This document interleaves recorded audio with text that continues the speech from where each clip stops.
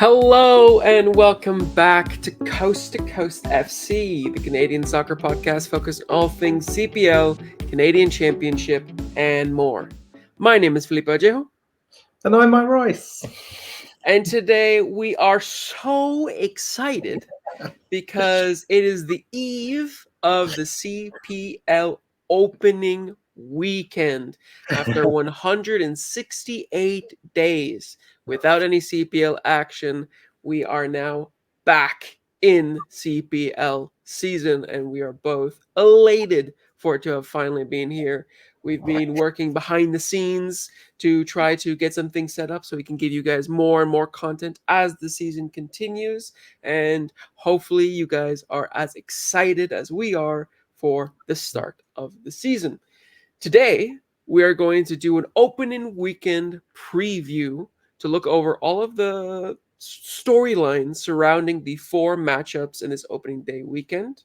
And then later on in the episode, we'll go over a couple of the season predictions that Mike was unable to do since he wasn't there for the last episode, and finish up with our...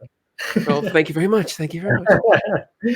And we'll finish up with our table prediction to see where we think every team will fall at the league table come the end of the season. But before we dive into all of that, remember to follow us on all of our socials at Coast to Coast FC, and as well as find us on YouTube under the same name. And now we are having finally some clips on Canadian Soccer Daily. Yeah. So if you want to get some little tidbits, the best parts of some of the shows, make sure to follow them on all of their socials at Canadian Soccer Daily and on their website as well.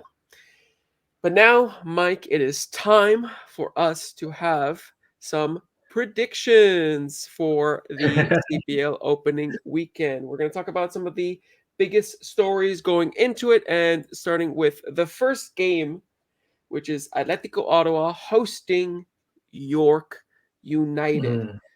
This one is going to be a big game because it is a bit of a, I don't want to say a David versus Goliath, but maybe in terms of expectations, it could be put that way.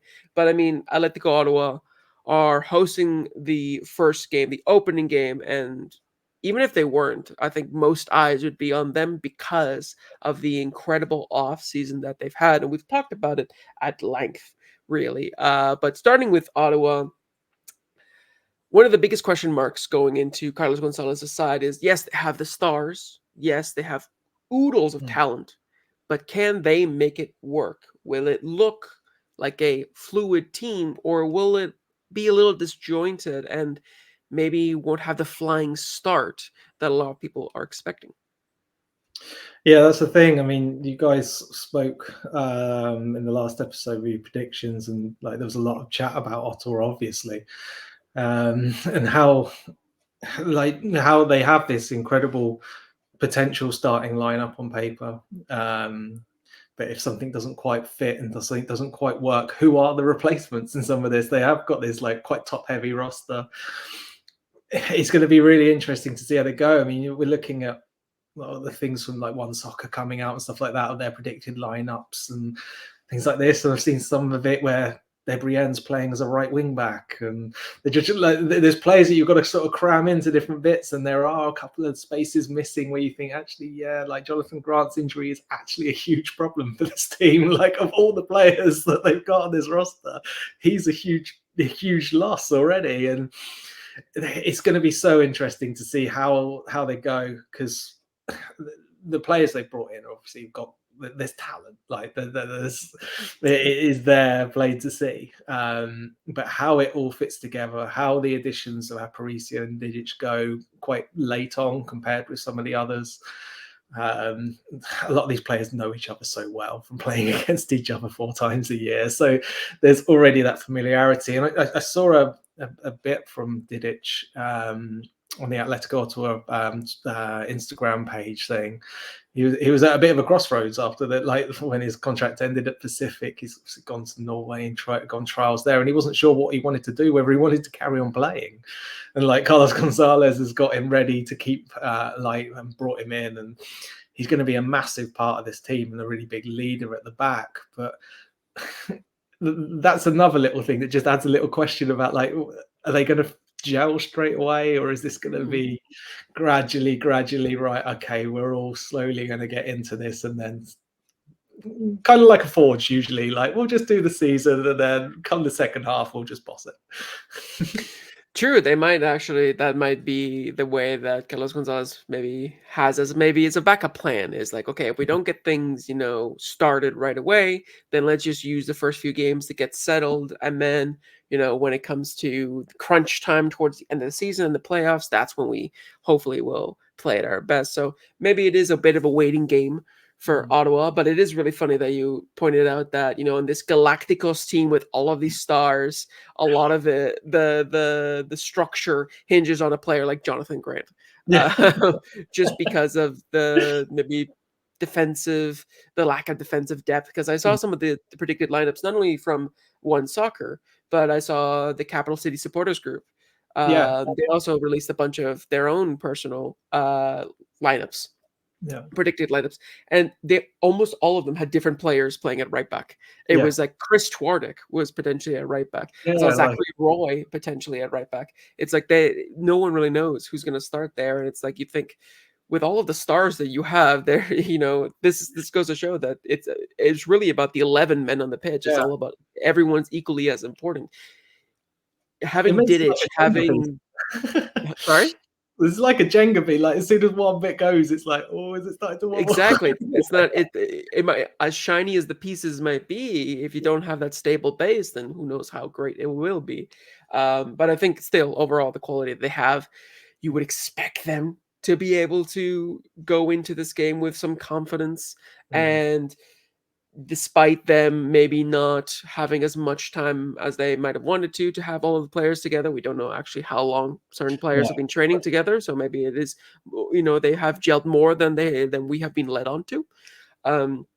Despite all that, I still think, like you mentioned, a lot of these players have played against each other. They know some of their strengths and weaknesses. It probably doesn't take that much time for them to be able to create those bonds and that chemistry. And I know everyone is very, very excited to see how Ottawa will get on in this opening match. But before we go to our predictions for the game, let's talk about York, because York are also coming into this with some unknown expectations rather than having so much pressure like Ottawa that because of their super team.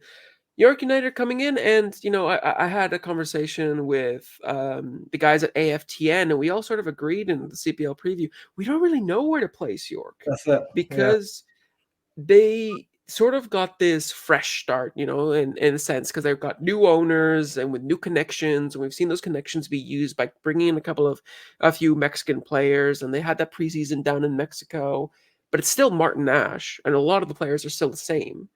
And so is it really going to be a new look squad? Is it going to be a squad that plays any different that they did last year because they have the same coach and they have a lot of the same core? And are they going to be able to surprise people? One of the things is they struggled at home, but away from home, they did really well. And are we going to see them continue that in this game with, they love the whole us against the world mentality last season. Are they going to embody that in this game and try to be the party poopers for the Atletico Ottawa super team Galacticos party? That might be a case that we're going to see. But for you, do you think that York, are you going to expect them to be coming out any different than what you saw last year? Or are you going to expect more of the same? I'm assuming and I'm hoping there'll be a little bit more disciplined. I think that they've been given this opportunity, obviously Martin Nash and his team, to give it another go this year, as we've spoken about a number of times. But the biggest concern that I've got is, are they going to score enough goals? I know Austin doing great in preseason, but preseason. Brian Wright, they've lost Jose Rosario. I'm not sure what to make. I'm not sure what to predict of Mo Babuli in 2024, because 2023 was really disappointing from my eyes. Of the quality we know he has on the ball, I don't think can he deliver what we can expect from him in this season. And that all depends on all these parts that have been put around him. Like the team was chaos, so I'm not just pinning everything on Mobabuli. Like the team was chaos last year, so you can't. No one could be, other than Brem Samaro, it seems. No one could be consistent. But a lot of these players, I mean, hopefully anyone who's listening can forgive us. We don't know too much about the players who've come from Mexico. Like my is it Luxembourg knowledge isn't fantastic with Solanovic. Yeah, Solanovic. Yeah. So it's just dependent on these replacements. Are they going to provide a little bit more of a consistent base and a little more cool heads to just to give that platform for some of these players to try and be a little bit more consistent? We know that Bahia, Babuli, Ricci, like they've got qualities, but last year you couldn't expect them to do it. You can expect a great game, but then you can expect that to happen in 4 or 5 games time again. Like, can these players, like, can this team form? And they are such an unknown for us. And like Thomas's comments and bringing up the central defender, I'm just going to double check on Osvaldo Leon. Is he going to be fantastic? Is he going to be like a really good calming presence at the back? It could well be. Like, but it is so. Ottawa is like, we know who they are, but we don't know if it will gel. York is, we don't know who they, like, for me, I don't know who they are. Like, this is going to be really new. Juan Cordova could be fantastic, like, and really create, like, so they could have, I mean, Paris G was great at fullback, but Cordova is going to be a different quality in the final third, which Paris G doesn't have. Like, so they've got different profiles of players as well. So it's just super exciting. No, yeah, that's the thing. Is like York United kind of come in with this X factor of like the unknown. No one really knows where they're going to go. Are they going to kick off and they're going to show that they can compete with some of the best and secure a spot in the playoffs, or are they going to lounge towards the bottom and struggle again with getting the goals and seeing out results at home and the things that plagued them last year? We don't really know, and that is exciting. That is to a certain extent exciting. Maybe not as exciting for some of the fans, but maybe some of the fans have more confidence or less confidence, or maybe they have a bit more feel for what this team will be. But you mentioned scoring goals as an issue. Mobabuli, we know he can score goals. We also know that he has some disciplinary issues and his attitude can get in the way of him being able to score some goals. For preseason, Austin Ritchie has been banging them in, but is he, the number 9 that they can rely on across this 28-game season, considering some of the other strikers that are in the market right now? I don't really know. I think it's going to take a lot for this team to really get on a good consistent goal-scoring form, especially now without some, Ozaze de Rosario. Yes, last season he didn't have a great season until the very end, but they still sort of played through him at least a little bit to try to get the goal. So not having him as a focal point, I wonder how they're going to reorganize themselves. But for York United are a team that, they've shown time and time again that you underestimate them and they will surprise you. Yeah, I mean, Brian Wright had a fantastic game in Ottawa last year. That really, so maybe it's a favoured ground for him. But yeah, they seem like a team. Like, I don't know if you agree, they seem like a team where the top scorer is probably only going to have 5 goals. But they're going to have so everyone's really going to have to pick up a bit of slack in this team. Like, that everyone's got to find a way of chipping in. Yeah, no, and if I'm honest, I actually prefer that in a team rather than a team relying on just one player. Like, if one player has 15 goals and scores 70% of the club's goals, it's fantastic for the player. But if the player has one off game in a crunch fixture, then who else is going to get the goal? So I always think it's a little better for teams that have multiple goal scorers scoring 3 or 4 goals, from across the roster. It's better for them in the long run because it means that there are multiple players that can step up to the plate if other players are not having great games. So maybe that'll be a strength for York United going into not only this season, but this match. But closing out for game number 1, Mike, what is your prediction for how this game will end? Especially given the fact that historically historically, I was looking at this. There are 10 draws between these two sides historically. Atletico Ottawa have only won once, and York United have won 4 times. So actually, history favors York United.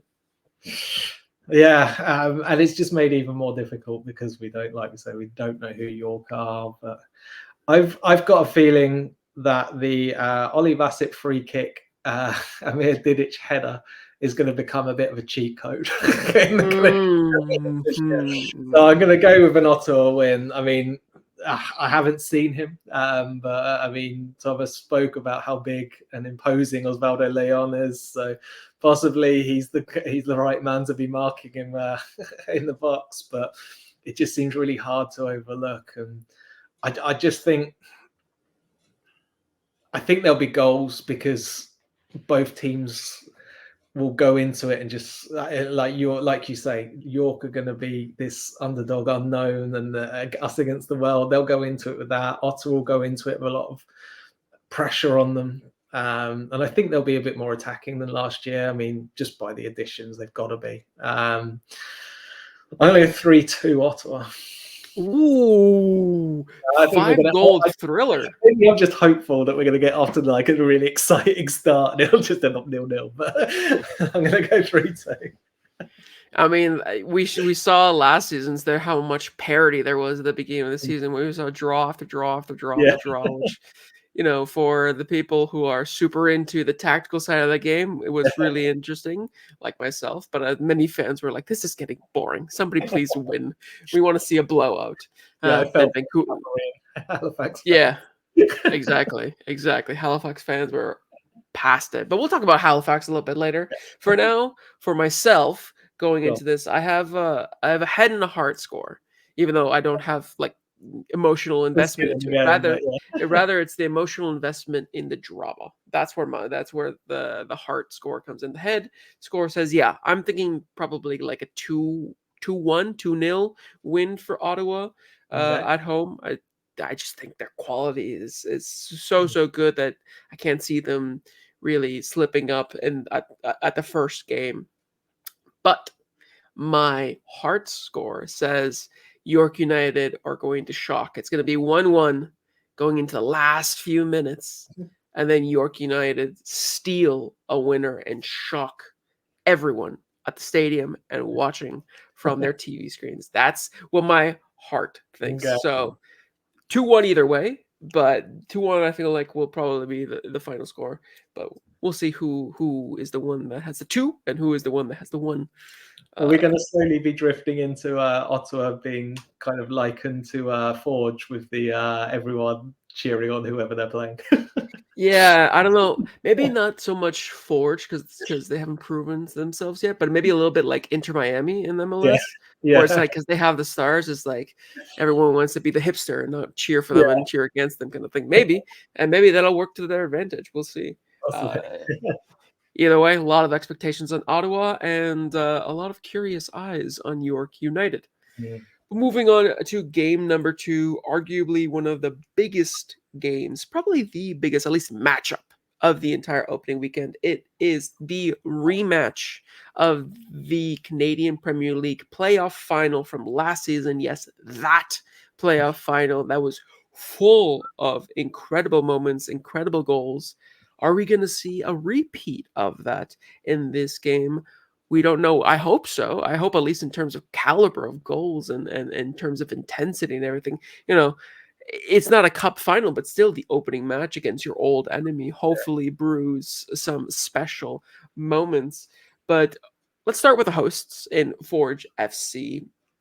Obviously, biggest storyline with them is that they've lost a lot of big names, a lot of key players in this offseason. Players like Manjakar James, Rezard Rama, Wumens Passius, Abubakar Sissoko. And they've added some decent pieces. Obviously, Elimane Cisse, we've known how good he was in years prior. And, Nana, I don't really know that much about. I haven't seen too much on his ability, but seems like a dynamic player. Do you think that this Forge side has weakened since last season? And is that something that Cavalry are going to want to take advantage of early? Yeah, I mean they definitely weakened on a talent level. Whoever's going to play a centre back, I'm guessing it will be uh,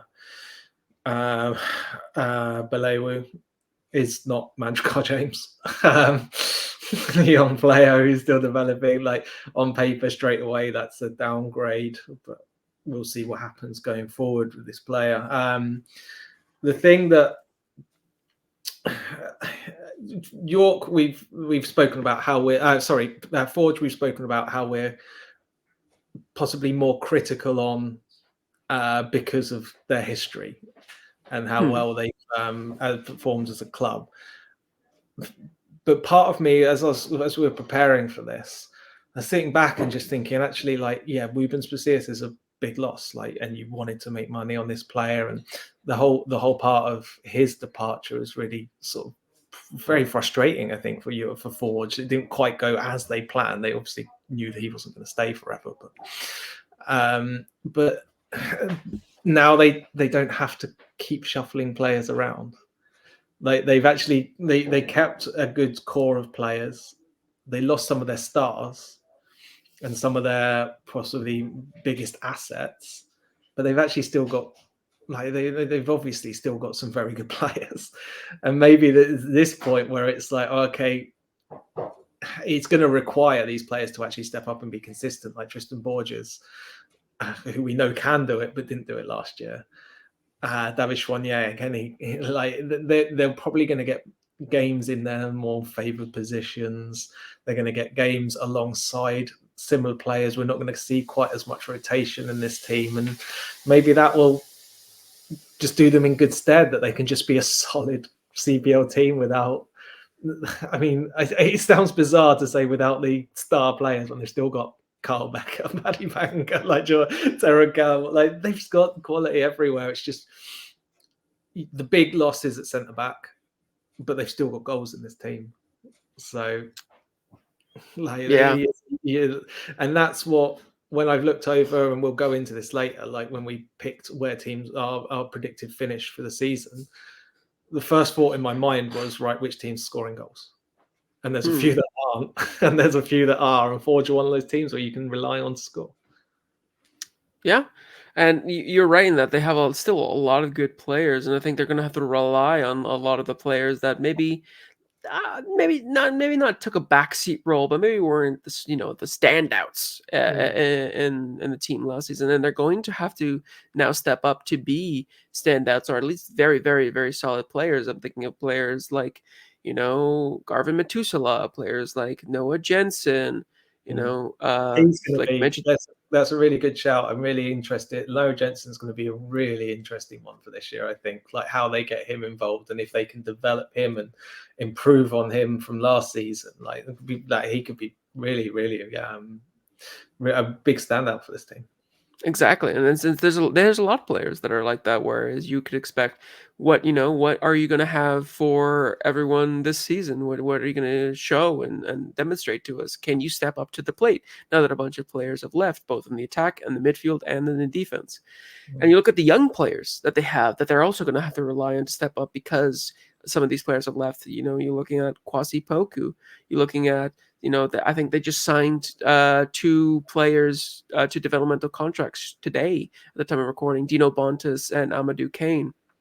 You still have Kadeem Kane as well, who is a young player, and you have, or Amadou Kone, that was Kadeem Kane, who's still a young player, and we don't know what's going on with Kevon Tavernier. I believe he was on the CPL roster website. He has a number, but also we don't know if he has a contract. So for now, I'm assuming he's going to stay. So he might be a player that they will definitely have to rely on. But yeah, some of these young players as well are going to have to step up to the plate and perform, because now they're the ones that Forge is going to need to get to the end. It's not just the experienced players, but a lot of these young players, now that there's space and there's room for them, you have to perform, especially with a team with such expectations like Forge. They have set the bar so high. that if you don't rise to it, you're going to fall. And if you fall, then who knows how long you'll stick around, just because that's what it is to be in a championship team. So Forge are going to be a very interesting one to watch at the beginning of Are this you season. worried? Yeah. Sorry, this was ask you. Are you worried for their goalkeeper though? Yes, that was actually the next one that I was going to get to, Okay. because the goalkeeping is an interesting one, because obviously Tristan Henry, Bobby talked on the Northern Tribune podcast that they are looking for ways for him to leave. Yeah. So it's almost 99% certain that he is not going to be. He's, I think, currently in the United States right now, so he's not going to be with Forge for this season. So that leaves a couple of youngsters to be able to step up to the plate and have to get the safe hands in goal, because you have obviously Chris Colongo, who did quite well in what we saw of him in the CONCACAF Champions Cup.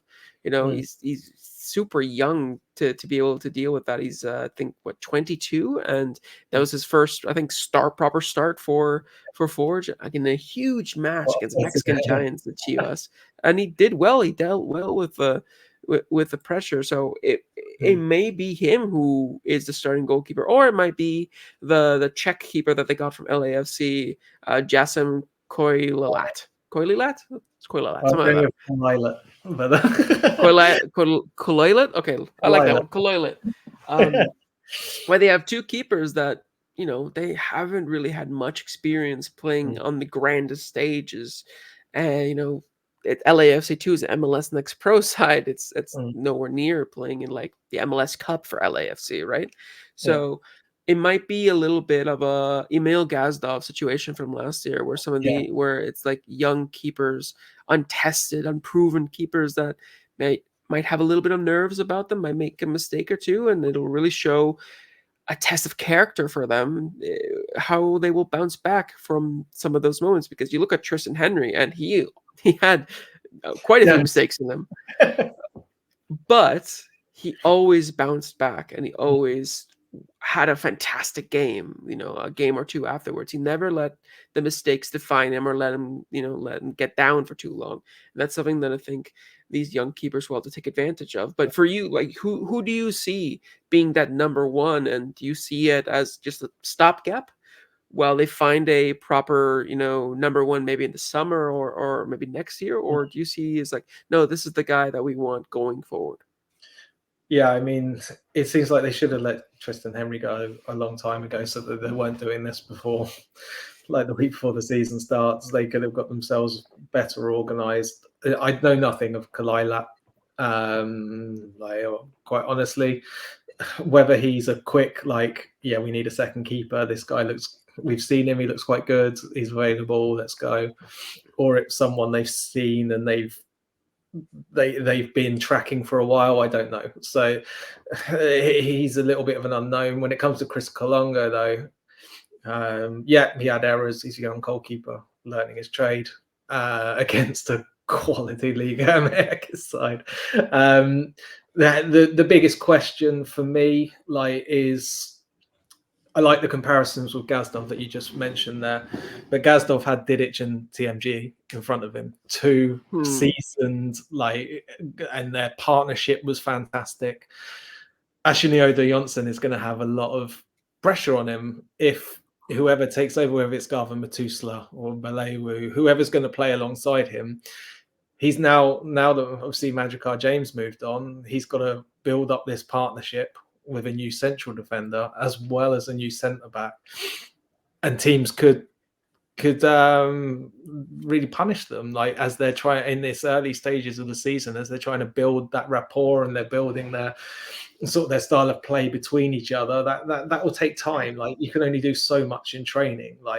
When it gets into that game environment, that's when some of these relationships will form and go to further levels than what you can do in training. So that's going to be really interesting, I think, how these players step up, and whoever takes on that role as the second centre back is going to have to be really very confident as a leader and a very confident central defender going in and being like, right, I'm the centre back of a team that's going to challenge for everything. Like, I have this quality, I have this leadership, like I'm going to do this. And it's going to be interesting to see how they do, because they're going to really help that goalkeeper. Yeah. And I think for whichever of the goalkeeper starts, they will not have a tougher test than facing a Cavalry side that is not only the reigning, league champions, but also are probably coming into this out for blood, out for vengeance.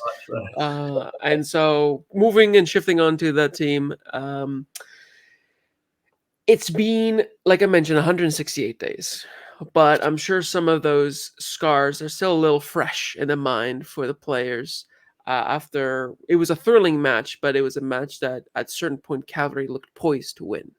Yeah. And it's been a long time since then. We've seen some moves in and some moves out. It's not been that much of a change from Cavalry, just a couple of additions here and there, and one big exit that we'll talk about in a little bit as well. Yeah. But there hasn't the boat hasn't been rocked too much for Cavalry. But yet, do you expect Cavalry to change from the Cavalry that we saw in the CPL final all those weeks and months ago to the one that we're going to see now? Or are you expecting sort of more of the same from Tommy Wilden Jr.'s side? I'm expecting the same. I think from the fact that looking at the players they've brought in, they fit the mold.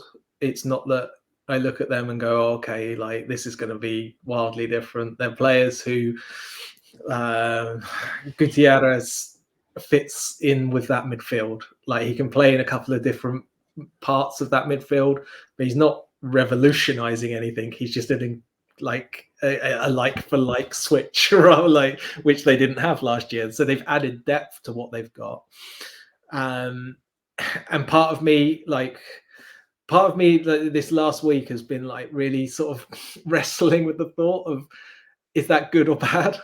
Like, not bad, but is that good, or could it be difficult for them? Because that's great. Like, if you don't need to fix what isn't broken. And so on one hand, like it was working fantastically, but on the other hand, like they've other than the Forge game, I think Cavalry, they didn't really run away with games, and while they did manage them well, they were like, the games were always tight. And they started off the season draws, because they couldn't separate themselves from the opposition. As the year went on, they could, but it was 2-1, 1-0. Like, so often they were relying on their defense, and that's one of the things that's worrying me. Like, are these additions in the attacking lineup going to get the goals? Like, are they going to go into games? Are Ali Musi and Willie Akio going to actually take games like by the scruff of the neck and say, right, like, these fullbacks are in for the worst days of their lives? Like, are they going to do that enough to start giving themselves, go into, like, how often do you look at Cavalry and think, right, okay, half time they're probably going to be 2-0 up the way they're playing this first half? Because they don't quite, like, they control games, but they don't put sides to bed. They don't do it, but they can, but they don't do it enough for me. And that's one of my things I'm not worried about, because I still think they can manage games really well. But I kind of feel like they're sort of trying their luck a little. I don't know. I'm not sure. Like, part of me, it's just, I don't know if it's just because the first game's coming and I'm all excited, but I don't know got all your wires crossed. Yeah. No, I mean, I think it is a good point where, there is two sides to the coin, where it's on one side, you don't want to change a winning formula because, like you mentioned, if it's not broke, don't fix it. But on the other side, you need to kind of continue to evolve. You need to keep growing, because other teams are going to try to catch up with you. And as they're catching up with you and as they're evolving and they're strengthening and everything, you never know if you are now being left behind. And that was something that I was worried about for Cavalry at the beginning of last season, and they proved me wrong, and I was very happy to be proven wrong. Exactly. And so I am not going to make the same mistake to predict that for them this season, but it is still always a possibility, because other teams have definitely strengthened to different degrees, but still, it's not the same teams that we saw and the same squads that we saw last season. There's still a lot of turnovers, a lot of new players, a lot of new signings, and for Cavalry, you still have. I mean, you still have Ali Musi, you still have Dan Klump, you still have Marco Carducci. Like, you still have these absolutely top tier CPL quality players, and you kind of feel, okay, well, what's next? How do you go the next level? What do you need to sort of reach that new threshold for the team? And maybe it is just signing a couple of these players and thinking, just having some extra depth off, and then maybe that's enough for them to be able to kick on and be even better from last season. But because there hasn't been that much movement in like to bringing in these players a lot, or bringing in a lot of players rather, you don't really know. But you got to look then towards the players that they do have and look towards a coach that they have in Tommy Wilden Jr. And you kind of feel, I mean, at least for me personally, kind of feels like they have still everything in their locker to make it back-to-back league wins. And going into this first game against Forge, not only is it going to be a sort of grudge match for them because of what happened last time, but I think it's going to be another statement. Be like, listen, it doesn't matter what happens with all of these other teams. We're still at the top of the table, and we're going to continue to be there starting in this first game. So I think they're going to come out, not guns blazing recklessly, but they're going to definitely be playing to go toe-to-toe with Forge and get that win and get that revenge for the playoffs. So it's going to be a very interesting time for Cavalry. And, I think the goal-scoring part is a point that we have to talk about, because Meyer Bevan obviously got put on the inactive list earlier last week due to some personal reasons, so he's not going to be playing with Cavalry for this season. They've brought in Malcolm Shaw, and as we talked before earlier in the season, they brought in Tobias Warchowski, and Warchowski was, again, a great CPL player a few years ago, but it's been a year not playing pro football, and Malcolm Shaw was a good servant for Atletico Ottawa, but he wasn't someone that was banging in goals for them either. So looking at, the striking options, it really is going to depend. They really are going to have to rely on not just the two strikers, but everyone else pitching in with more goals, like the Willie Akio, like the Ali Musi, maybe even players like Sergio Camargo, midfielders having to pitch, and even Dan Klump having to get some corner goals and set piece goals to really get them to replace, because Meyer Bevan, top goal scorer, well, half of them were penalties, or I don't know necessarily half of them, but like a good chunk of them were penalties. So if you can make up the open play goals in the aggregate sort of thing, then there's no reason, I guess, to worry all that much. But do the striking or do the attacking rotations worry you a little bit that Cavalry are going to struggle maybe a little bit more, at least in comparison to some of the other teams that have strengthened this offseason? Yeah, Ottawa have clouded everything because they've gone out with these sort of big, sexy signings. And when Cavalry are bringing in players that are kind of more sensible, all of a sudden it's just like, oh, okay, yeah. Just because it's sensible and it's not, whoa. But I like Malcolm Shaw and Wojciechowski there, because Shaw especially, like you said, in Ottawa he wasn't banging in goals, but you don't get the service in Ottawa. Like they were defensive, hitting the break, and quite often like Shaw or Salter is on their own until Ollie Bassett can get there, and that was all they had. Like, and it was for so long in that season when there was counterattacks last year, especially. They just didn't get men forward quick enough. So you're like Malcolm Shaw's now, but I'm assuming he'll probably be back up to now as he's come in late. You've got players around you who create things. There's players who are creating stuff around the box that can get things in. Goal scoring wise for this team,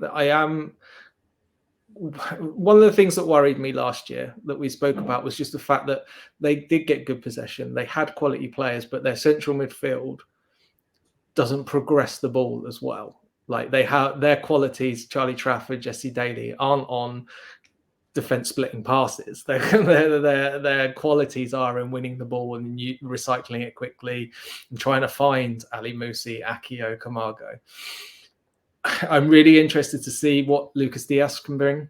It's obviously coming from the Sporting Academy. Like maybe this player's got a little bit of a bit of quality on the ball that could unlock some of these players a little bit more frequently. And Myles Henry last year, when he got those chances, he was doing that as well. If we can see those players come in, I think that can really help out. It's just trying to find that, and Diego Gutierrez obviously has got qualities, and that's it's just trying. I'm really interested to see how they move on from that very structured, like very sort of workman-like midfield, but also try and help out the attack and getting them into more threatening positions. They still got them into them, but just wasn't as frequently. And maybe it's a harsh criticism, like against Orlando, I thought they looked really good, but once they got into the final third, things didn't happen. They're playing an MLS team, like so, like it is like you can take that with a pinch of salt to a degree, but that's the thing that they need to do. Like, and if they're gonna go and win the league again, and if they are going to compete in the playoffs, they need to give Musi, Akio, whoever's up front, just a few more chances per game, like to actually get into dangerous areas. Yeah, that's true, and they're going to have to rely on proper service, not just to the strikers, but maybe the strikers making service for the wingers. Maybe Malcolm Shaw and Tobias Wachowski kind of play a more creative role. Not necessarily a false nine, but maybe it's a different kind of dynamic where now Musi and Akio are going to be the goal scorers rather than the striker. So sort of like, Liverpool from a few years ago with Salah, Firmino, and Mane, the wingers were getting all the goals and Firmino was doing all the dirty work in the middle. Maybe that could be a tactic for them. That's really interesting. Yeah, this guy. Do you think that that's what Maya Bevan couldn't do? Because he went down quite a lot. He wasn't a link-up player so much. Are you seeing these other players as more of a link-up striker?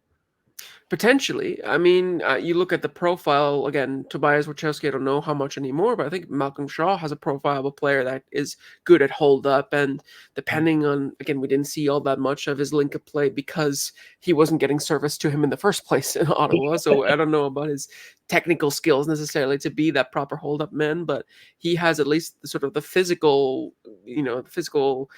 stature and stuff like that to be that, so maybe that could be the role that he's going to be occupying for Cavalry. But before we move on to the predictions, there's also one other name that I want to throw in there that might be crucial for Cavalry, might be a surprise package, is Lucas Diaz, the attacking midfielder, the young attacking midfielder, because like we mentioned, other players are going to have to step up.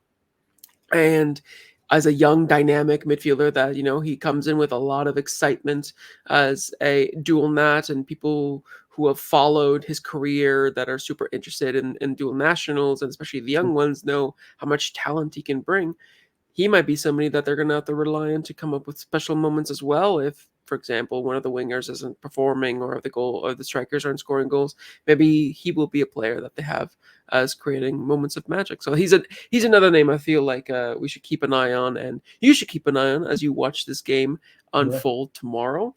And come the final whistle, Mike, for you, who do you see potentially winning this affair, or will it be an all-level match?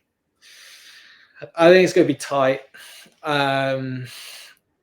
Despite the attacking talents on this team, both teams, I'm going to go 1-0 Forge.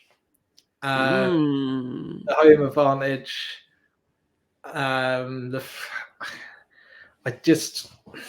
I'm not sure what it is about them, but there's one part of Cavalry that I'm worried about is Eric Kobza.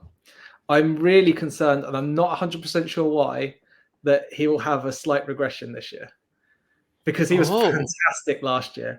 But watching him in the Orlando games, I just felt he felt out of his depth at times and was rushed and hurried. And I'm hoping I'm wrong, because I really like him as a player and I really hope he continues to develop. But part of me is wondering, like, like he's going to be obviously the main centre back with Dan Klomp again, and hopefully he continues to grow. But part of me is worried that it was such a good debut season. It was fantastic. Some players will just regress slightly again before they improve again. And is this the year that maybe is Eric Cobson one of those players that might have this? Okay, we'll have a little bit of a down bit of form before having to fight back and build. I mean, I hope I'm wrong. I don't know if maybe you're much more confident than I am in him, but I'm not sure why. But there's just something about him that I'm just a little bit concerned about. I mean, yeah, maybe. I think that again, it was a preseason game against MLS opposition in the preseason of preseason, pre-preseason, if you will. So I don't know if I'm too worried about him, but it is. I mean, this one is such a tough one to call because there's so much in this matchup, not just in terms of the players and the quality, but in the history and the emotions. Is it going to be a really feisty game? Is it going to be end to end, or is it going to be gritty, a chess match? My head says it's going to be more of the latter, so I don't think there's going to be too many goals in it. I don't know if it's going to be, but then again, we saw the final last year, and there's plenty of goals in that one. But I'm going to go with a 1-1 draw in this one. I think it's going to be an all-square affair between these two. I think they're just going to cancel each other out in so many areas, and especially since both teams are going to want to really push the other one to the limit. I think it's going to end up with them just tiring each other out and not really being able to capitalize on it because they're equally as tired as the other. So I think it's going to be a 1-1 affair on this one. And even though it is going to be maybe a low scoring draw, I do expect it to be a very, very good match to watch.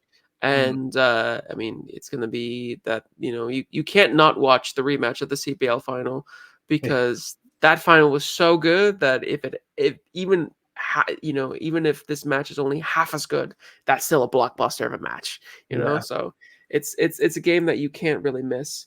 And hopefully you don't. Hopefully you'll be glued to your couches watching all three of the games. And speaking of the three games, we're going to move on to our third game, which is Pacific FC against Halifax Wanderers. Now, this is the seal of approval featured coast-to-coast match, since it is the actual coast-to-coast match, the two furthermost teams from the East and the West Coast. And it is the West Coast that gets to host the first iteration of this match for the season. And it is a interesting matchup because both of these teams have gone through differing off seasons. Pacific have lost quite a few big players. Halifax have lost a lot of players, but it's sort of being treated and seen in a different light. I sort of put it as trimming the fat. It felt like Halifax was sort of trimming the fat, and they've brought in less players, but maybe more suited players to the system that Patrice Geyser has been able to develop at Halifax. While Pacific are trying to maybe move in a new direction past the big names that they've lost into something that has maybe less expectations, but more success. Because we know last season how much they sort of had the Atletico Ottawa treatment, maybe to not that degree, but they had a little bit of the Atletico Ottawa treatment at the beginning of last season because they also brought in a lot of good players that a lot of people were expecting to bring them to a regular season title, something that they haven't really been able to do in their history. So starting with the home team again,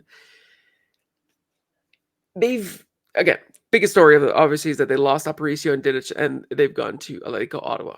We've heard the headlines time and time and time again since it's occurred. But moving away from just that, they have brought in some players that, again, might not be players that are known to everyone. And they're players that, for CPL fans, haven't really been proven. Look at Rian Moore, Dario Zanata, Alien Dom. Obviously, Dom has the CV, but we haven't seen, unless you're following some of the other leagues that he went to after Liga and Liga. Yeah. Unless you're following those leagues, maybe a lot of people don't really know what he's been up to. Looking at this Pacific squad, especially you, that I know that you've followed them for a little bit, do you see them capable of moving past the initial fears of what are they going to do without Aparicio, without Didic, and being like, we don't need them. We don't need them. We have quality players elsewhere across the pitch that we're not defined by those. Or do you see them still struggling a little bit with those gaps? And I've definitely taught myself into being more bullish about them leading into this weekend. Ali and Dom's going to be interesting if he. I mean, we had him as a centre mid. We've watched videos and YouTube clips of him as a central midfielder. But there's obviously the rumours he might partner TMG at the back. And if he can fit in there, that's the player who can obviously progress the ball well out of the back, so they don't lose their identity as a team that want to keep possession. Cedric Toussaint, Sean Young, fantastic players. Like we're going to see a lot more, obviously, of Stephen Yates this year. I think like he obviously played a lot last year, but as the year went on, I thought he improved and he became a little bit more dangerous in the final third of sort of creating opportunities. Looked sort of less cautious as the year went on. And they didn't have strikers who could score last year. And if Rion Moore fits into this system, they've still got Ayman Salouf, who's one of the most exciting players on this day. Really interesting to see how Dario Zanata gets on in this team. Ajanija Reed's like a joy, like most managers, who just works his ass off and has qualities in the final third. I'm a little bit more confident. I'm talking myself into being confident on them. Despite losing these big stars, I just think they apart from this fantastic start they had last year, they stopped blowing teams away quite early on. I think after that sort of, was it 6-3 in Vancouver, there wasn't many high scoring games from them. So, like when you lose Aparicio and Didic, like Aparicio especially in that midfield, you're not. He wasn't as goal dangerous as other central midfielders around the league, and they've brought in new players who could contribute in those ways. So they're obviously going to lose stuff from these big players, but I'm still quite confident on the ones they've got that can create opportunities. And I just feel like if Rion Moore can hit the ground running, they could go back to being a very dangerous team. Yeah, that's because that was I think for me my biggest concern with them is where are the goals coming from. That's you've mentioned before that that's something that can really define where a team will finish in the season. Yeah. And for Pacific, Rion Moore is someone that at the international level we've seen him score goals for Trinidad all the time, but he's only ever spent his club career in Trinidad. And when you compare the league, the Trinidadian league, which to be fair, I haven't seen any of, so I don't really know if it's below or at the level of CPL or higher, but I just don't know what to expect of him since we have such a small sort of sample size of his ability to adapt and to play in a different kind of league. And so I think I don't really know if he's going to be, that guy for them where he's going to be scoring all those goals, doing what Isan Ngaro and Gennaro Daniels really couldn't do for Pacific last season. If he is, then that'll be fantastic for him and that'll be fantastic for Pacific because they'll be able to prove a lot of naysayers, potentially like myself, wrong. But it's the same thing with Dario Zanata, that you look at his actual goal scoring record, it's not that high. And he's been to a lot of other clubs and a lot of other leagues, as opposed to Rion Moore. But if they can get on it, if they can sort of get on a good wavelength with the likes of Amon Salouf and with the likes of Josh Hurd, and maybe they're another team that sort of like how we were talking about York, they don't have only one guy that scores a bunch of goals, but they'll have 3, 4, 5, maybe even 6 players that have 3, 4, 5, 6 goals in the Mm. season, and they'll be more, have a more stable output of goals. The only worry is, can it be consistent? Can it be consistent across all 28 games with the players that they have? I think that'll be one of the biggest questions surrounding Pacific going into this season and this match. But I'm thinking that with the expectations that they have, which are not that high, Mm. they have now that room to actually take some time and learn how to play together, how to actually play well. For James Merriman, one of the things that I saw in Pacific last season is I never really saw after those opening, 8, 9 matches, what the best Pacific FC team looked like, what the Mm. best Pacific FC team played like. And now that maybe the expectations aren't on them to be league champs or playoff champs, as much as I know that that's the expectations they're going to have on themselves. I Yeah. think James Merriman in his pre-match press conference I read on Twitter said that's the expectation. As much Yep. as that might be their expectation on themselves, it might also be good to not have that expectation from the fans and the people outside, because it means you can quietly have a really good start of the season rather than what they had last year, which is loudly have a very good start of the season Yeah. and then not experience that dip halfway through the season and be a bit more consistent. So, for you, do you think that the expectations are going to play a hand in how well or how poorly Pacific start the season? I think so. And I think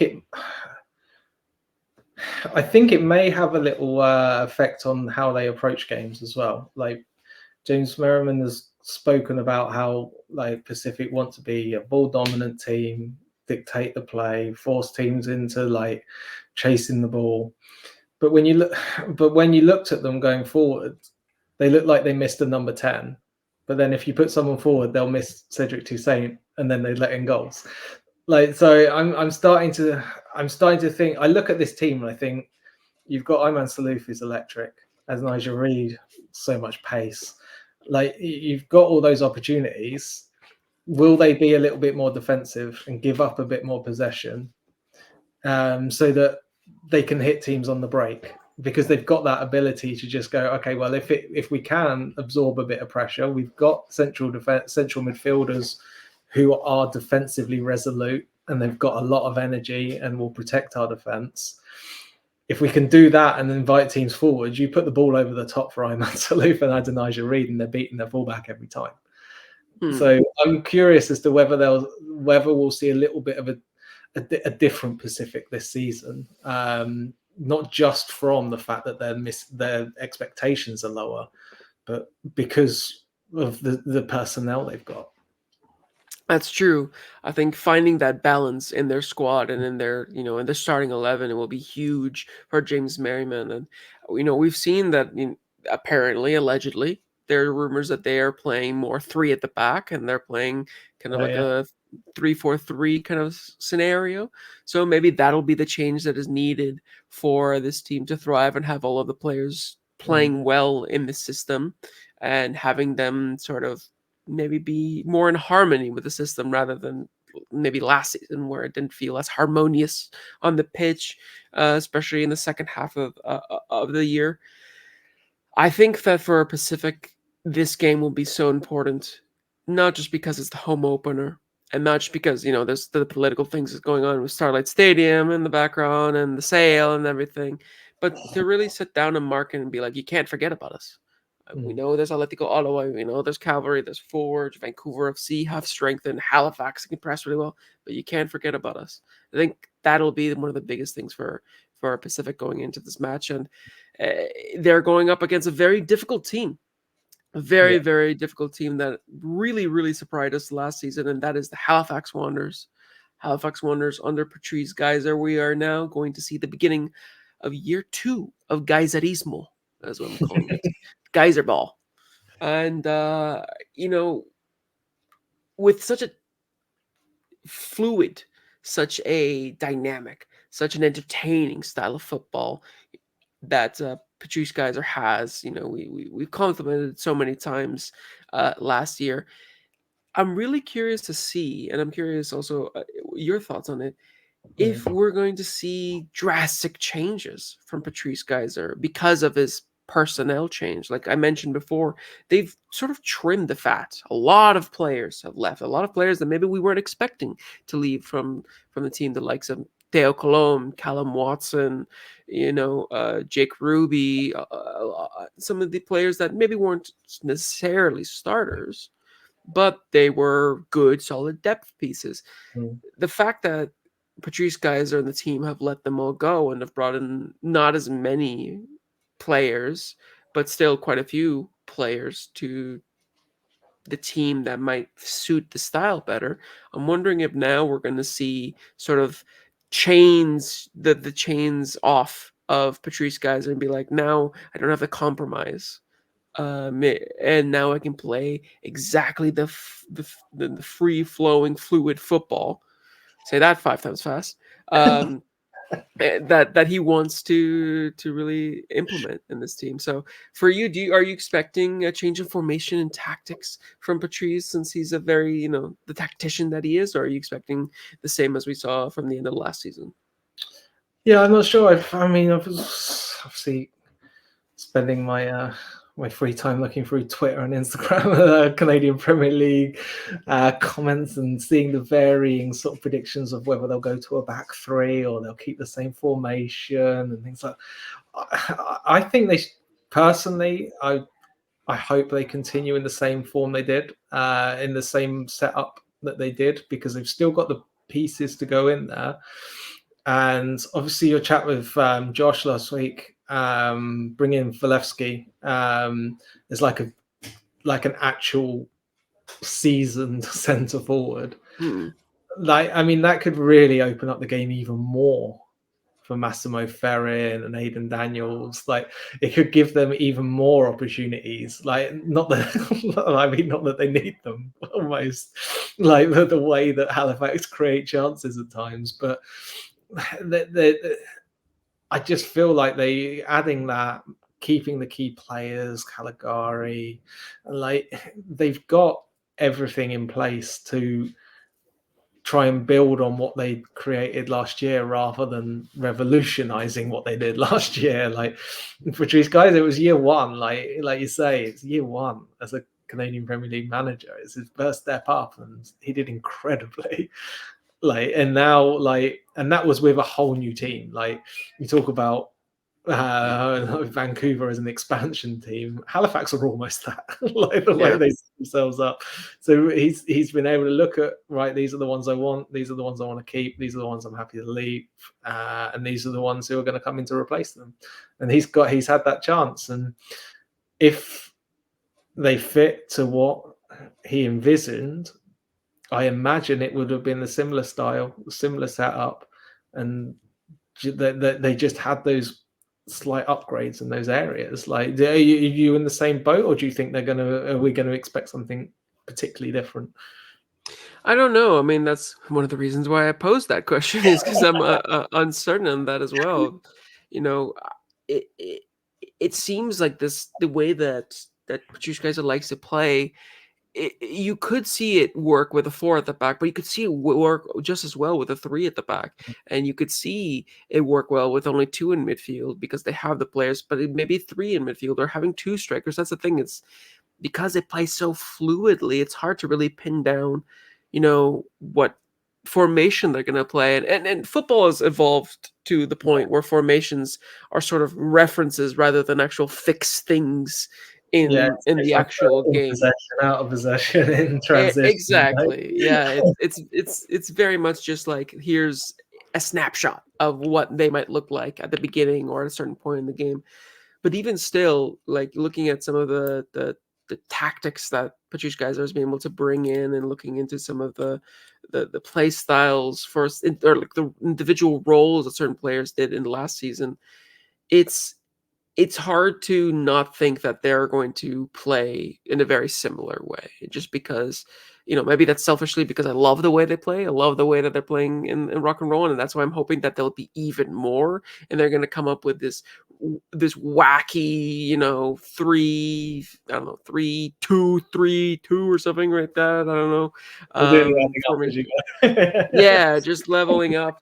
the formation just to really just try to be ahead of the game and play this cerebral yet entertaining football.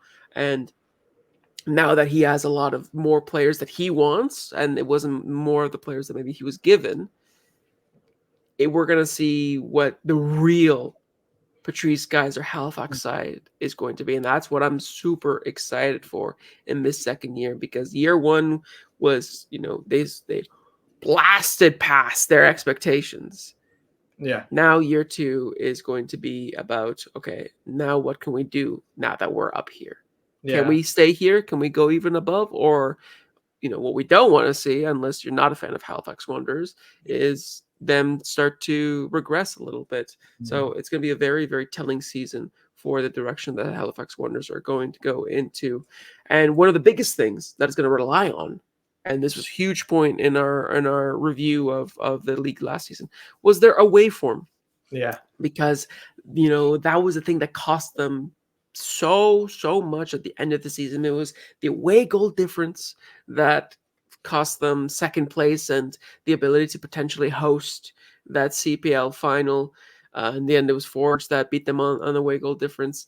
The story could have been very different in the CPL playoffs had it been a better away form for Halifax Wanderers. Do you think that with this being the first game, being an away game, is a perfect opportunity for them to show that they have moved past their struggles away from home and they're ready to compete, whether it be at Wanderers grounds or anywhere else in Canada?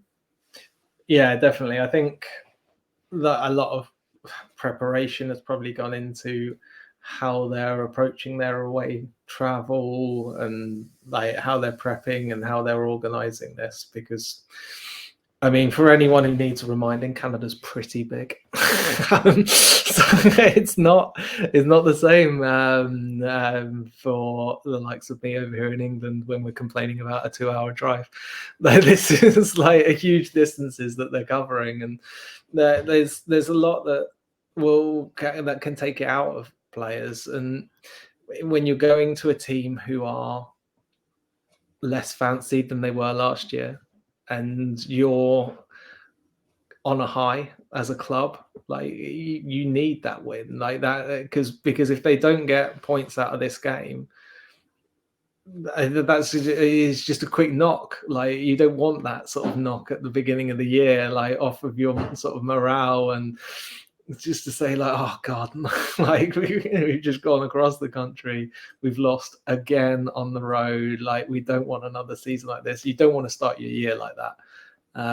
So I think it's going to heap a little bit more pressure on this Halifax team as they make the trip across west. Yeah, but I mean, I think they were very clever in their planning, where they did their coast to coast preseason, where they faced a lot of teams, and the last few weeks they've been slowly going from one side of the country to the other side of the country, facing CPL, like other CPL teams, League One teams, the MLS Next Pro teams, USL teams, and to the point where they actually stopped in British Columbia. They played UBC. I think that was their last one the last preseason game they had, facing the UBC Thunderbirds, and now they're here.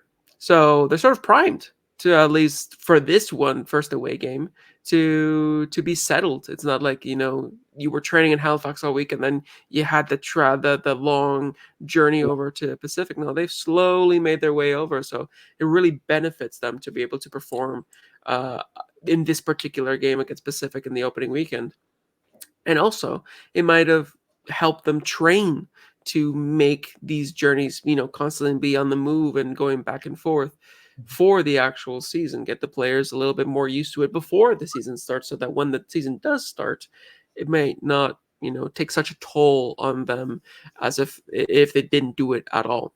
So I think it was very clever in their preseason, but still, that's going to be the biggest question to ask for Halifax is, can they do the job away from home? Because I know personally, if they do, and that's why I mentioned last season when I said with them potentially winning the playoffs, is like they are one of the best footballing sides in the country, and it's just about if they can be that consistent away from home as they are at home.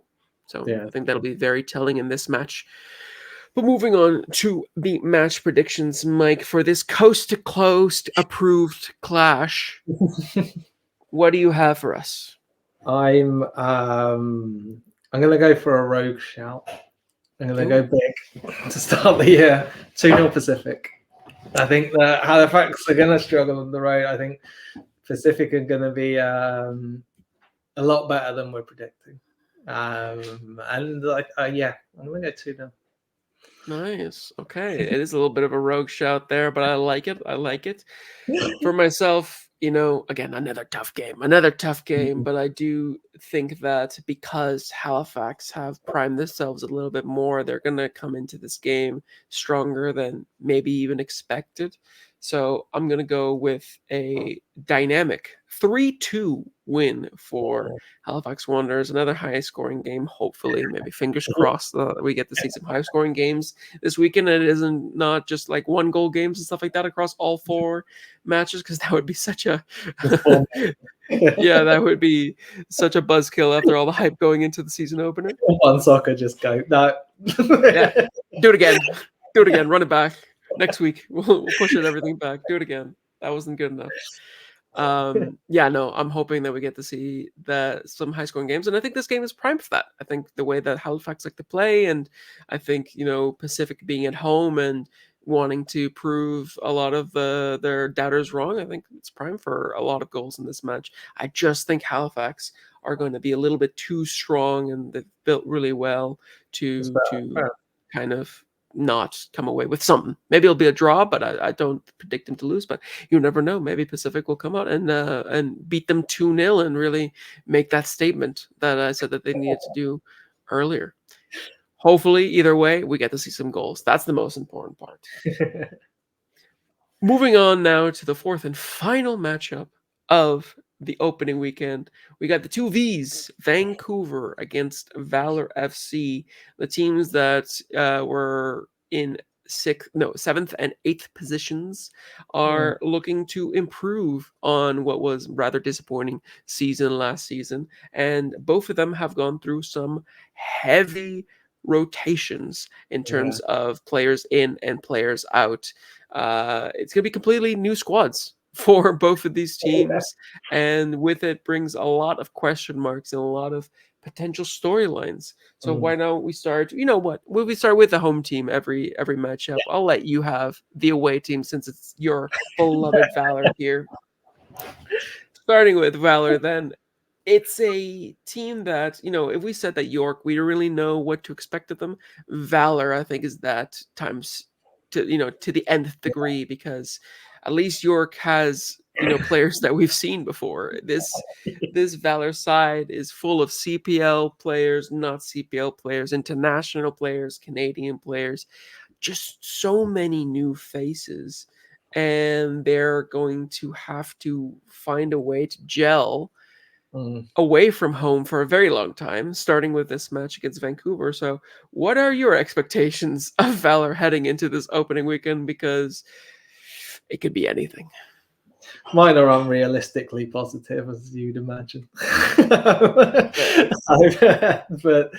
I mean, I really liked your chat with the guys in the preview, in the prediction show, talking about how like maybe they're like trying to moneyball this, and they're picking up these players, and I do think like, and when I heard that, I went back and had a look at the team and there's like the roster, and I was looking at it and thinking, okay, yeah, no, I see, because their fullbacks were important in their attacking play last year. And we know Roberto Alacon can do that. There's a lot of talk about Antonoglu being like very good on the ball and a good attacking fullback.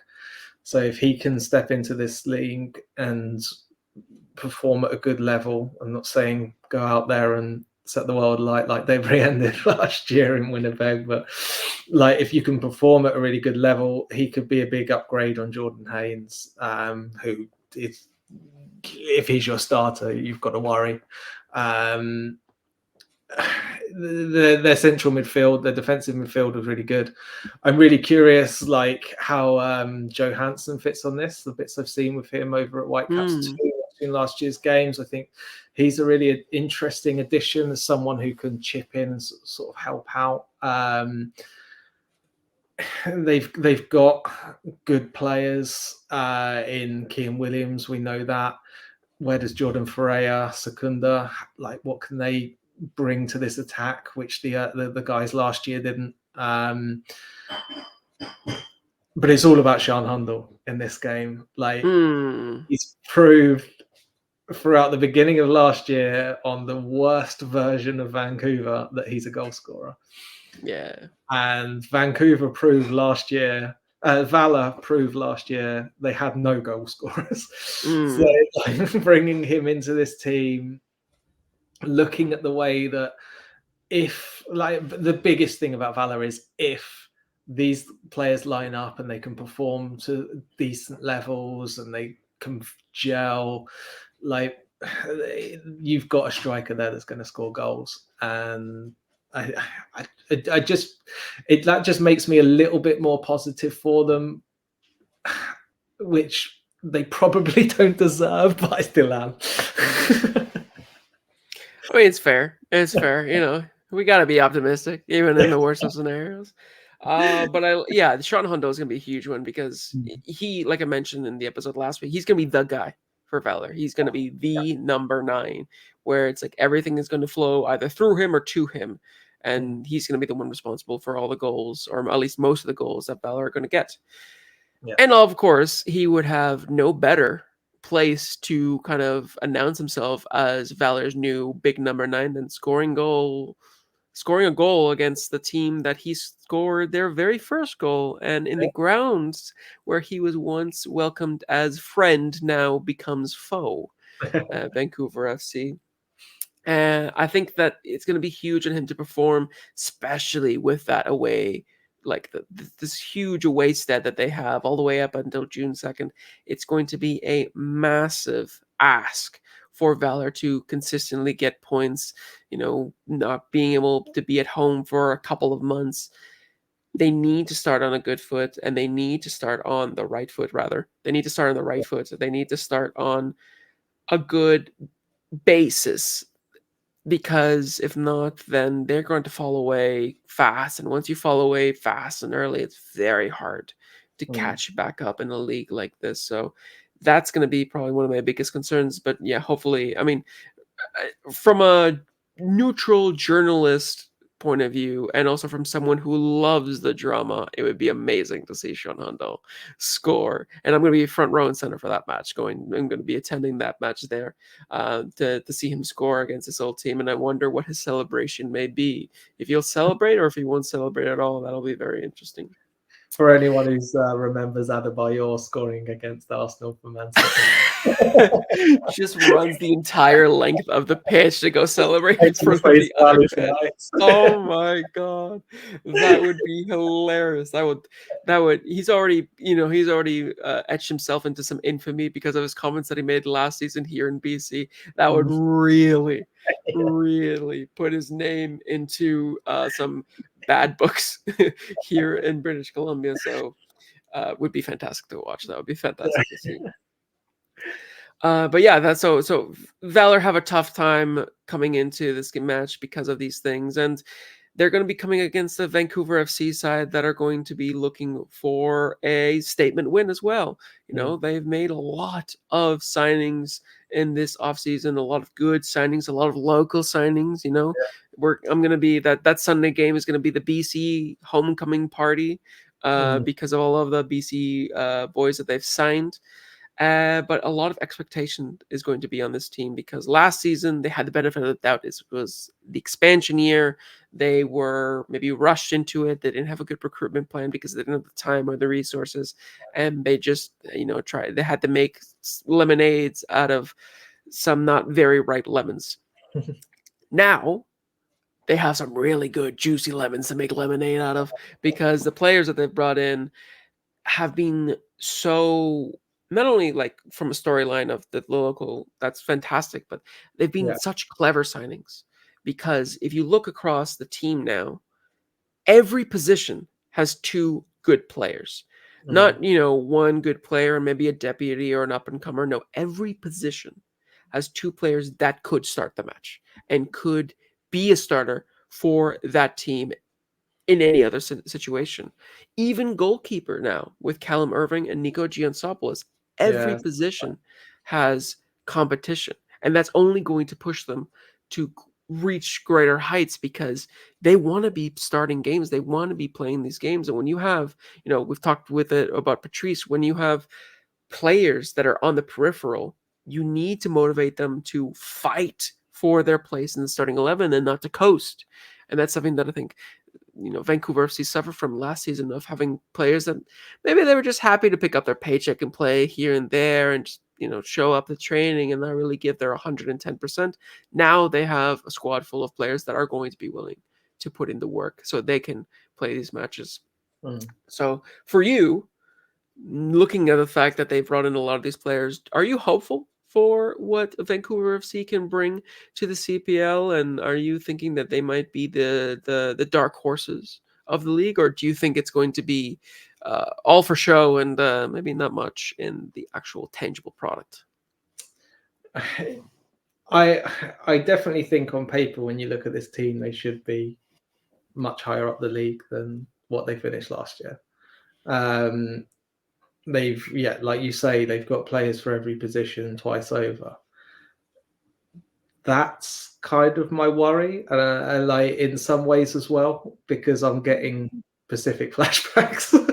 Where there's so much Okay. rotation, players are having to come in, keeping all these players happy. From the outside looking in, you'll have a better understanding, obviously, like at the grounds and around the team. But when you look at the number of players you've got, the number of experienced players compared to the number of young players who are, the young players are expecting time. They got it last year. So it's not like all these young players are happy only playing a game every few weeks. Like TJ Tahid wants to build on a career, like James Cameron wants to build on a career, like, and they want to keep pushing and pushing. But what do you do then? Does Paris G not play? Does David Norman not play? Like, does Ben Fisk not play any game? Like, so there's going to be a lot of big, compared with last year where they had a starting 11 and some players who would try and push, and we'll see what they do and whether we'll keep them. This year now they've got a lot of players and they're all going to be wanting to play, and Afshin Gotbi's got a brand new headache compared to last year. Yeah, well, that's something that I actually talked about with him, about this headache that they're going to have, and he says that it's favorite kind of headache. It's exactly Yeah. what he wants. It's exactly what he needs, and I think what he might have over, let's say, James Merriman, is that experience of Yeah. dealing with a lot of good players in a squad. It's certainly what I think he was expecting buying into this project at Vancouver FC, and he had to wait, unfortunately, another year. But now he has a lot of these model professionals, quality players, where he's like, now I can really flex my muscles as a coach because now I have players that are up to my level and up to my standard, and this is where I thrive and this is where I do well. Yeah. So I think that might be something that allows them to not suffer the same fate as, let's say, like, what happened to Pacific last year. Yeah. And I think either way, good or bad, a lot of it is going to fall on Ash and Guppy, because now they have the tools. You look at it, like you said, you have to look at the players that they have on paper, and that's a top 3, potentially top 4 team if everything goes correctly. It's now on the coach, to get them all playing the best kind of football and getting the players to fit in the system and getting the best out of these players to be able to succeed. So I think it's going to be huge on Vancouver to be able to play in this way. And I think for me tomorrow, what I'm going to be most curious about is how they line up, because even though, we mentioned with formations not being as crucial in the modern game, it still is something that we can discuss and be interested in, because in preseason they've been playing with 2 strikers, and that's not something that we're really seeing these days anymore in the CPL or across anywhere in the world, at least in the top leagues, I guess, you're not really seeing two strikers that much anymore. We've moved beyond the years of Sir Alex Ferguson 4-4-2 kind of mentality, and now it's a lot of 4-3-3s and 4-2-3-1s and 3-4-3s and things like that. So it'll be interesting to see if they play with two strikers, because I talked to Afshin today in the pre-match press conference, and he was a little bit coy when he was asked about the formation and about the two strikers. He was like, the best, I'm pretty sure he said something like the best formation will be the one that gets us the win, or something like that. And he's like, I'm really excited for you guys to see tomorrow what we have in store. So being very coy about what his plans are, which is pretty funny. But for you, do you see them potentially succeeding with two strikers, and having Alejandro Diaz and Moses there? And do you think that'll maybe give them a different kind of edge compared to all of the other teams that are going to be likely playing with one? Yeah, I mean, like, defenders in this league have got used to playing against one striker and a 10. Like, and it's a new challenge for, especially, like, you look at like young professionals like Dan Nimick and Eric Kobser that we spoke about earlier. Like, their professional career, they've only, like, I'm trying to think, but I don't think that they would have played against two strikers like in their professional career, like, because there's so few teams and playing each other regularly, and so this could be a whole new challenge for them. Like, and when you go into this game against Valour, like, yeah, Tasmor Kudus and whoever plays alongside him, like, yeah, you could have two players up against you when you've probably prepared most of the season dealing with a striker and a 10 and wingers. Like, that's how most teams are set up here. So it may be a good way to kick off the year and just sort of like, well, yeah, we're going to just sort of bamboozle these defenses and have them, like, make them have to adapt in game and try and hit on them fast and try and get these early leads. That could be could be really interesting. Yeah, that's going to be the things that I'm going to be looking out for the most in Sunday's game. But let's now finish up with this final preview prediction of the scoreline. Mike, for yourself, between the Vancouver Valour, the Sean Hundal Derby, that's what we're going to call it from there. The Sean Hundal Derby between Vancouver and Valour. What is your prediction? Sean Hundal brace 2-1 for Valour. Wow! They're coming out this year. They're going to be, the boys on the road, the hobos of the CPL, from town to town. But they're going to be a band of merry travellers. Sean Hundal. This game's his. Oh, look at that! You were speaking with your head all this time, and then at the very end, you let the heart win through. Such a romantic, after all. No, but I mean, it could. It's the drama is there, the story is there. If Sean Hundal can pop up and surprise, I mean, it's a great dream. It's a great dream, an aspiration that you have there. Very much a dream. Yeah. For myself, yeah, exactly. You're allowed to dream. But for myself, I'm going with a 2-1 victory for Vancouver FC. Actually, no, you know what? I think it'll be 2-0, because I'm looking at the Vancouver FC defense, and I'm seeing a lot of quality defensively from them. And Afshin Gappi is somebody that really likes to have good defensive structure as a base before going on that attack. So I'm sure that was one of the primary things that he focused on in the offseason. And I think that with, David Norman, Paris G, Rocco Romeo, Caden Chung, these are really, really good center back, or defenders in the CPL in general. And I think with Callum Irving behind them, and knowing that their potential spot in the starting 11 is at stake, it's only going to push them to be performing even greater. And I think that goes for anybody in the team. So I'm going with a 2-1 victory for Vancouver FC, and I will be there for that one. So if you see me, if there's anybody who is going to be traveling to that one, if you see me, feel free to say hi, as we all are going to be hopefully enjoying a very good final match of the match day, which brings us to the end of the prediction section of, or the preview section of the episode. We're going to be quickly moving on because we were so excited. We spent quite a bit Yeah, of time really. on the preview. So we'll just smash through these last couple of Yeah. parts here. We're going to be talking through some of your season predictions that you weren't able to do from last season. So for those who are watching on visual, it's on the screen. For those who are on just listening on audio, I'll run through them really quickly. Mike, for you predicted for the North Star Shield to be won by Ottawa, the super team.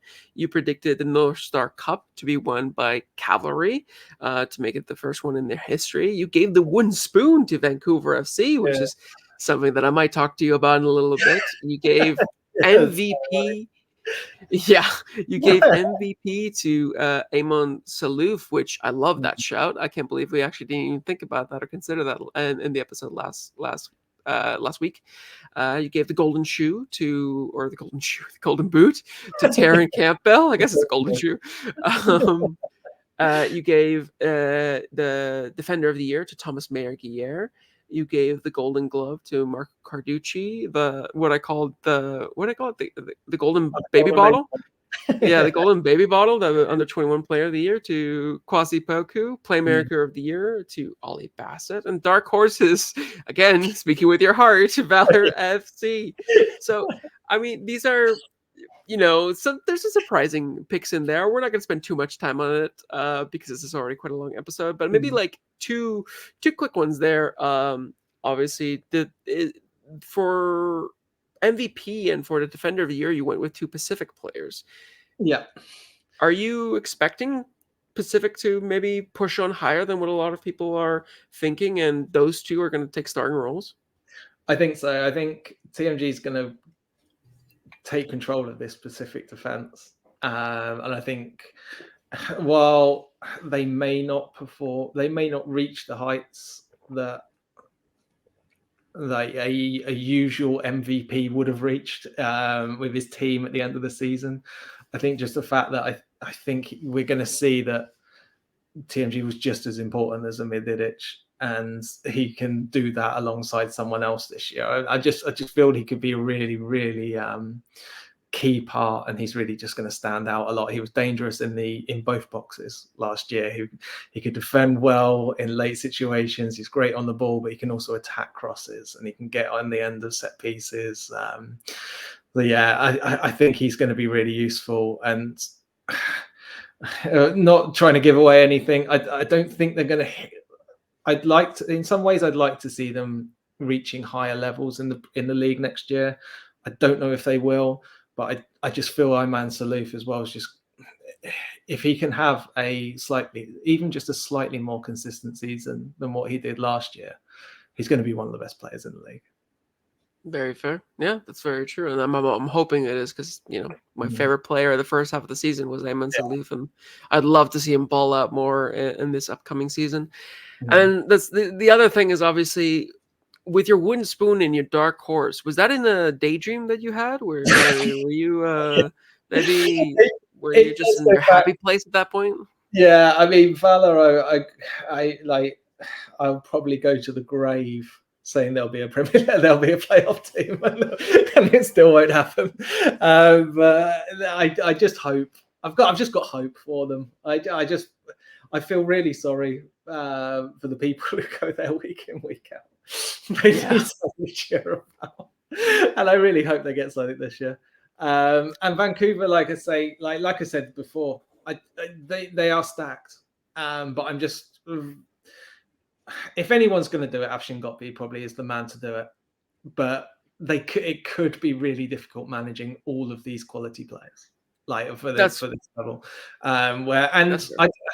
I say like wooden spoon. I really think this league is going to be so much closer. The bottom team isn't going to how far Valour and Vancouver were from playoffs like the last season. I mean, Vancouver obviously were a lot closer, but there's not going to be that gap this year. I don't think. I think there's going to be nowhere near that sort of gap from a playoff team to a bottom place. Fair. I mean, I do think that with Vancouver FC, it might be very much either they're a top side and fighting for Yeah. third and fourth, or they'll Yeah, finish at the bottom. so far wrong with them. Like Yeah. they're like in some ways like York. Like I don't know what to It could expect. be, yeah, it could be either extreme with them. And it's just funny because you compare it to what Thomas said last week, which was, I see 7 teams capable of making the playoffs, and then there's Valor. And just how varied perspectives can be. Um, but those are Mike's predictions from the categories from last week. Now we'll move on to our final season table predictions. So this is what we believe will be the final table at the end of the season, going into playoffs, what every team will, what their position will look like in the final, at the end of the final match week. And what better way to predict it than right before the beginning of the first match week? Exactly. So we're going to start off with yourself, Mike, starting Okay. off with your predictions. I'm going to run them through quickly and then we can discuss them. You put Atletico Ottawa, obviously, as the Shield winners. Yeah. Then second, you put Halifax Wanderers, which was a little bit of a surprise, though.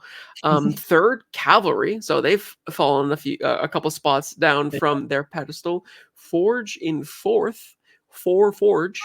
And Pacific FC just about making playoffs in fifth once again for a second season in a row. Missing on the playoffs in order goes Valour FC, just missing out. So clearly you're not very, you haven't really decided on where Valour are going to be. Yeah, they're a mystery wrapped in a conundrum. Very true. Very true.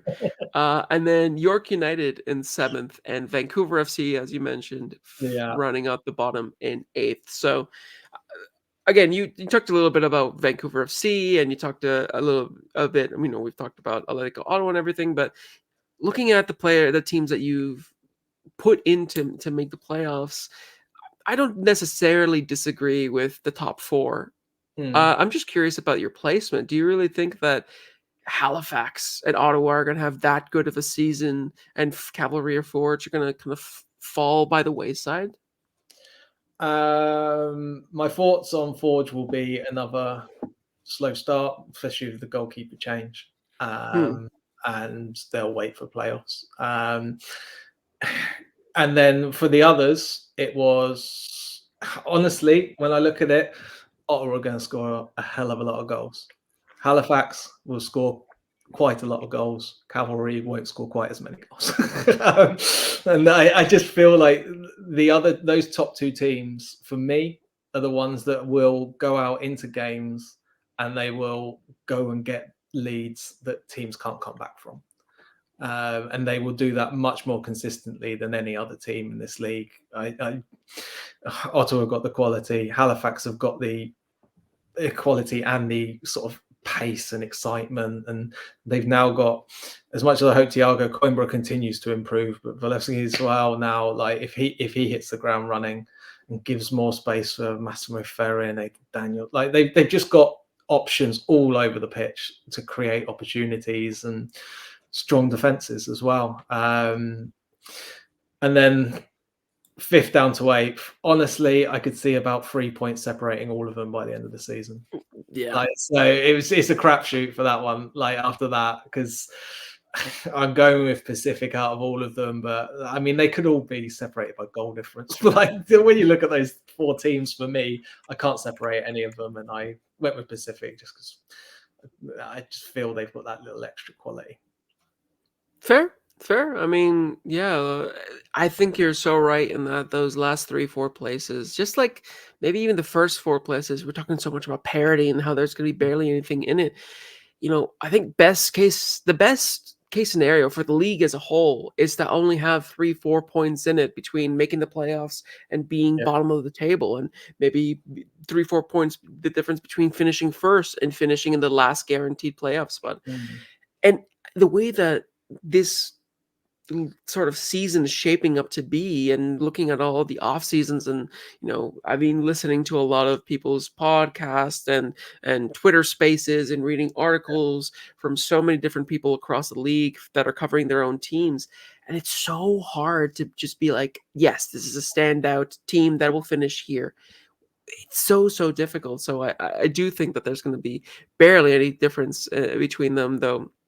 Again, I think your Valor pick there is a little bit of a heart pick over head pick. But now we'll finish up with my predictions. So I'll go through my predictions, and then I'll ask you if there are any surprises for where you think I've put certain players, or put certain teams rather. I put Cavalry to win the regular season title, the North Star Shield, as I mentioned last week. Second, I put Atletico Ottawa. I also think that that's going to be. It's not going to be like Cavalry, that have sort of run away with it at the end. It's going to be very, very close all the way up until the end of the season, I believe. And I think Cavalry, because of their experience and because of Tommy Willen Jr., because of their stability that they have, because they have that winning formula that Ottawa are still, that might take some time to figure out and everything. I think Cavalry will edge it, but it'll be very, very close. And third, I have Halifax Wanderers. I think they're going to have a repeat of last season, but playing even better. It's just unfortunate that they're going to come against a resurgent Atletico Ottawa side. If not, I would put them second. And then we both agree in having Forge in fourth, another 4 Forge. Before pretty much same reasons that you mentioned before, though I do think, as always, as is certain in life, with death and taxes, they'll come alive in the playoffs and probably make another final. In fifth, I put the other BC team in Vancouver FC getting it there, because I think that with everything that they have, there'll be just enough quality to make that difference. But again, it's going to be very, very, very tight. And then the 3 teams missing out is Pacific in sixth. We both agree York United is going to be second last in seventh. And we just switched Vancouver with Valour, because I put Valour in eighth. Now, for yourself, do you have any surprise? Do you have any questions, or is there any surprises in the teams that I put in my table? Obviously, from the predictions episode, you obviously knew you went with Cavalry up there at the top. And do you think they're going to be able to separate themselves from teams in games enough, or do you because they did go on a very good run, but their XG was quite low regularly. Are they going to start creating much more? I think that it's going to be a grind. And I think that's what they're really good at, is grinding out results. And I think maybe there's no other team that does it as well as Cavalry in grinding out results. So it's going to be interesting to see if we can see Cavalry maybe break out of that just grinding mentality and be able to score a lot of goals, or maybe it'll just be business as usual, sort of like I always said earlier in the episode, where it's just going to be them continuing to be dominant but not blow teams away. Because at the end of the day, it doesn't matter if you win 1-0 or 4-0 or 5-0. 3 points are 3 points. A win is a win. And come the end of the season, all that matters is how many points you've put up on the table. So I think that's why for Cavalry, I have them as first, just due to the experience and everything. But yeah, I mean, I think what you said with Ottawa is also another good shout. I think they have a good chance of getting first. I mean, that's the expectation. That's almost sort of the bare minimum for a lot of fans and a lot of people across the league. So it'll be very interesting to see how it is at the top. But aside from that, anything else, or is that your only question around my prediction? That's it. Okay. So no, I thought you'd have Vancouver higher, but oh, okay. Fair enough. Again, maybe a little bit of the personal bias there, just being right near Vancouver. We'll see. We'll see which one of us is right. Which one will finish higher, Vancouver or Valour? The 2 Vs. Either side of the Sean Hundle Derby. We'll see. And what a great game to open up with on Sunday. I'm sure we'll be messaging during that as well. Yeah. But that is it for this week's episode. Thank you so much for listening. Apologies for it being so long. We just had so much to talk about, so much excitement for the league, and we wanted to get everything in there for you to listen to. Make sure you follow us once again on all of our socials at Coast to Coast FC, so you can give us your thoughts on each week's episodes, including this one. Did you agree with some of the takes that we had ahead of the games this weekend? Do you have any qualms with our table predictions? Let us know, and if you have a funny or interesting comment, you might get a shout out on the next show. But until next time, I'm Felipe Ojejo. And I'm Mike Rice. And this has been Coast to Coast FC, signing out.